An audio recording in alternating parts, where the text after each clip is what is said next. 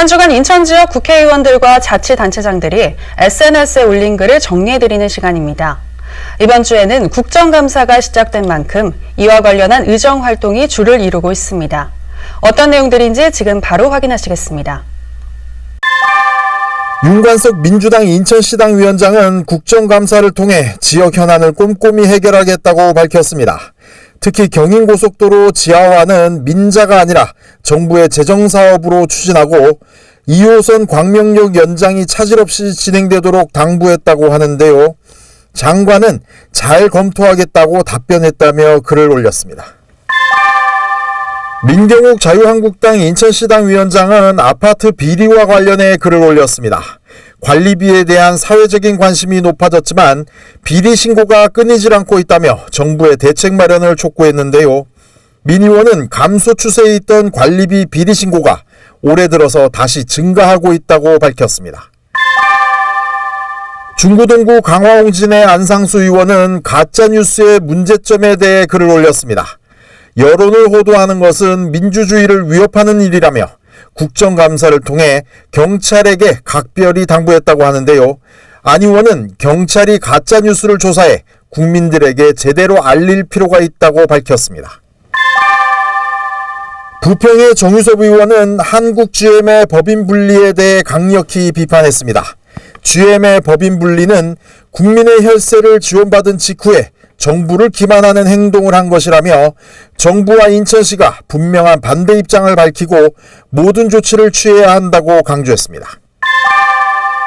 서구갑의 이학재 의원은 청라개발의 핵심인 국제업무지구의 성공은 LG와 구글이 실질적인 투자를 하느냐에 달려있다면서 LH공사의 적극적인 사업 추진을 당부했습니다. 또 개발 사업자들이 생활형 주택만 분양하고 먹튀를 할 우려가 있다며 주택과 업무시설을 동시에 건설할 수 있도록 사업 구조를 만들어야 한다고 강조했습니다. 서구울의 신동근 의원은 최근에 문제가 되고 있는 동영상 유출 문제에 대해 의견을 제시했습니다.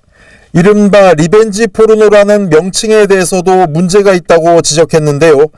리벤지 포르노는 피해자가 가해자에게 잘못한 게 있는 것으로 인식을 줄 수 있다며 디지털 성범죄나 보복성 영상으로 바꿔 부를 필요가 있다고 밝혔습니다. 장정민 옹진 군수는 대한민국 경제 리더라는 상을 받았다고 합니다. 미래 경영 부분에서 대상을 받았다고 하는데요. 장 군수는 옹진을 기회의 땅으로 만들기 위해 노력하고 있는 점을 잘 봐준 것 같다고 평가했습니다. 홍인성 중구청장은 인천 앞바다에서 있었던 전쟁의 역사에 대해 관심이 필요하다는 뜻을 SNS를 통해 전했습니다. 특히 러시아와 일본이 벌인 제물포 해전의 경우 러시아 교과서의 첫 페이지에 나오는 중대 사건이라면서 인천의 해전사는 인천 역사의 중심인 중구가 관심을 가져볼 사안이라고 밝혔습니다.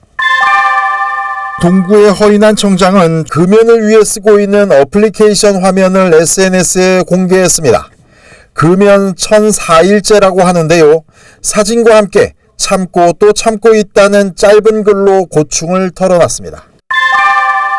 이재현 서구청장은 폐공장을 이용해 만든 문화시설인 코스모 40에서 열린 행사 소식을 전하고 있습니다. 인천 지역에서 활동하는 다양한 분야의 문화예술인들의 작품을 전시하고 판매하는 행사라고 하는데요.